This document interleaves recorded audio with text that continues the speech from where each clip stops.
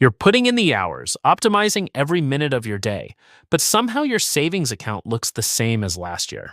It's frustrating, right? Like you're running on a treadmill faster and faster, but going nowhere. Look, many successful people have been there, questioning why the grind isn't paying off. Today, we're cutting through that noise with a skeptical eye. First, we'll spot the efficiency traps that drain your wallet without you noticing.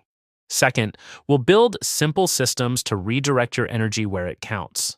Third, we'll use real numbers to show how small strategic shifts compound into real wealth.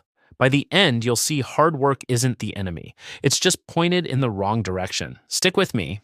This is our path forward. So picture this. You're that guy at the office, the one who shows up early, skips lunch to crank through emails, and stays late to get ahead. But here's the problem. Your paycheck hasn't budged in 2 years. Why? Because efficiency without strategy is like sharpening a pencil that's already too short. It's disciplined, sure, but it's not moving the needle. And I know what you're thinking, but I'm working smarter, not harder. Honestly, most of us aren't.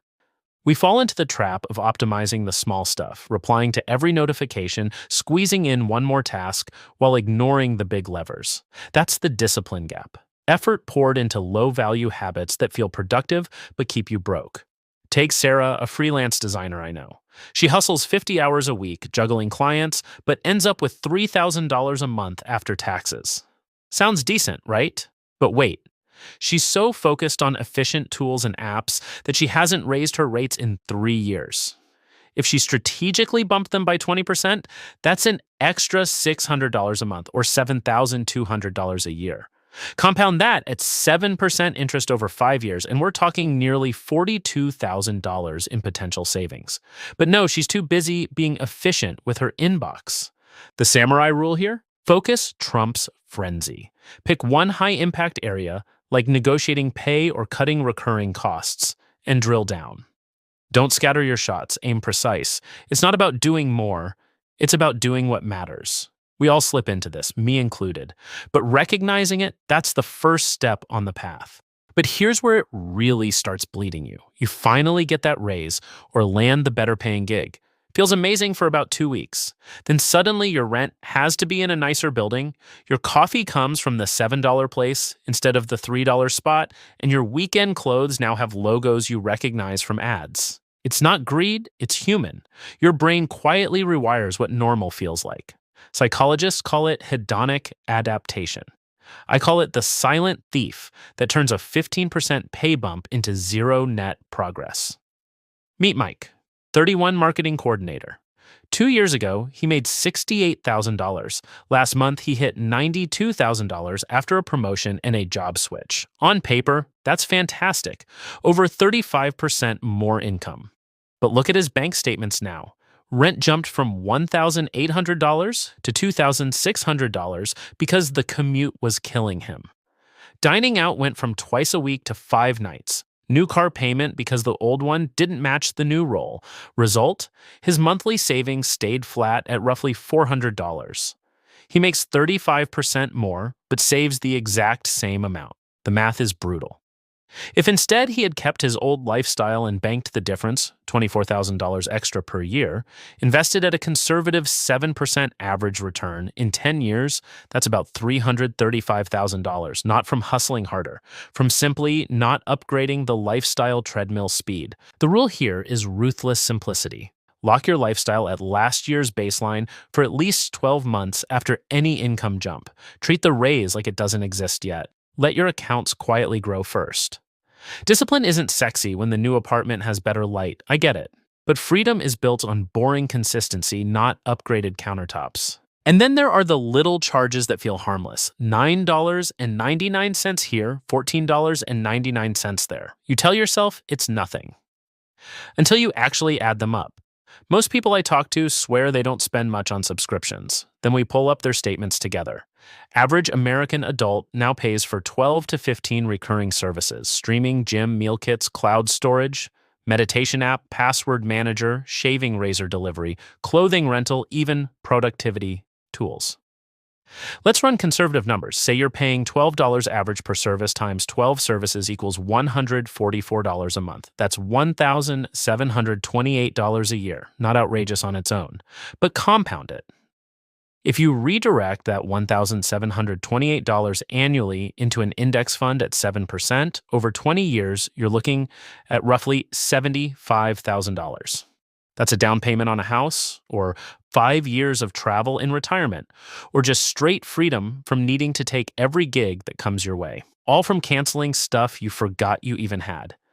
The everyday failure here is autopilot renewal. You sign up during a weak moment, maybe you were stressed, maybe you were curious, and then inertia takes over. The move is brutal honesty once a quarter. Sit down, list every recurring charge, ask, do I use this enough to justify it? If the honest answer is sometimes or I forgot it existed, cut it.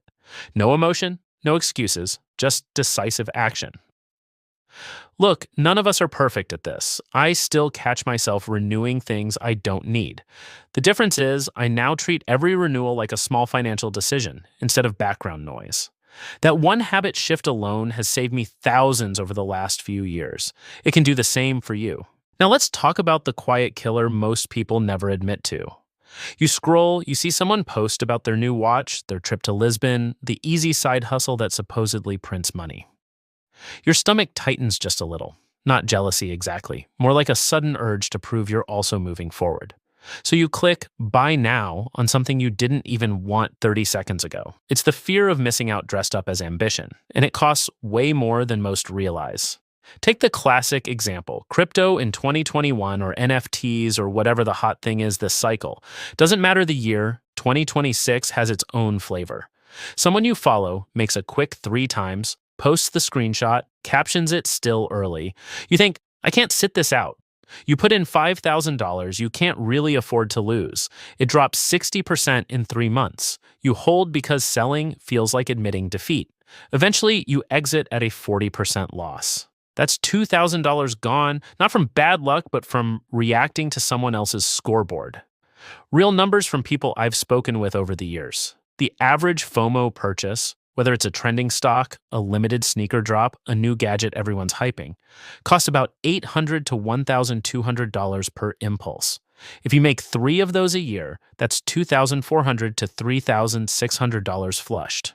Over 10 years, if you parked that money in a boring S&P 500 index instead, historical average approximately 10% annualized, you're looking at $38,000 to $57,000 sitting there today. Not life-changing on its own, but stack that on top of the other traps we've covered, and suddenly you see how the pieces add up. The samurai rule is cold and clear. Never invest time, money, or emotion because someone else looks like they're winning. Your scoreboard is private. When the itch hits, force a 72-hour wait. Write down exactly why you want it. If the reason is still solid after 3 days and it isn't everyone else is doing it, then consider it. Most times, the urge dies quietly on day 2. Discipline here isn't about denying yourself joy. It's about making sure the joy is yours, not borrowed from a stranger's highlight reel. So if blind efficiency, lifestyle creep, subscription autopilot, and FOMO are the traps, where do we actually point the effort? First, protect the foundation. Build an emergency fund that covers 6 months of bare bones living. Not fancy living, bare bones. Once that's locked, every extra dollar has permission to work harder than you do. Second, attack your highest leverage expense, usually housing or transportation. A lot of people chase side hustles for an extra $500 a month when refinancing a mortgage or moving to a cheaper but still decent place could free up $800 to $1,200 without working 1 more hour. Example, drop rent from $2,800 to $2,000 by moving 15 minutes farther out. That's $9,600 a year saved. Invest it consistently at 7% 20 years later, roughly $420,000. One housing decision did more for wealth than 10 side hustles. Third, raise your income floor, not just your hustle ceiling. Negotiate once a year, every year. Even a 5% bump on a $100,000 salary is $5,000 more per year. forever unless you leave. Most people wait until they're miserable before asking. The disciplined move is to treat salary conversations like quarterly reviews. Calm, data-driven, no drama. Look, hard work isn't the villain. It's misdirected hard work that keeps the cage locked. We've all chased the wrong target at some point. The path out isn't working less, it's working precise. Pick one lever this month. 1. Raise rates, cancel 3 subscriptions, freeze lifestyle for 6 months, or skip the next hype cycle entirely. It's a small cut that will have a deep impact. Here's what we covered. Efficiency without strategy just burns energy. Lifestyle creep turns raises into vapor. Subscriptions quietly compound against you. FOMO taxes your account every time someone else's win triggers you. Redirect the same discipline toward high-leverage moves, emergency fund, big expenses, income floor, and the math starts working in your favor instead of against you. None of this is flashy. All of it compounds. So tell me in the comments, which trap hits you the hardest right now? Lifestyle creep, subscriptions, FOMO, or something else? No judgment, just real talk. If you want to know why saving even $1,000 is so important, check out this next video. And if you're ready to keep walking this path with clearer eyes, hit subscribe. We'll keep cutting through the noise together. See you in the next one.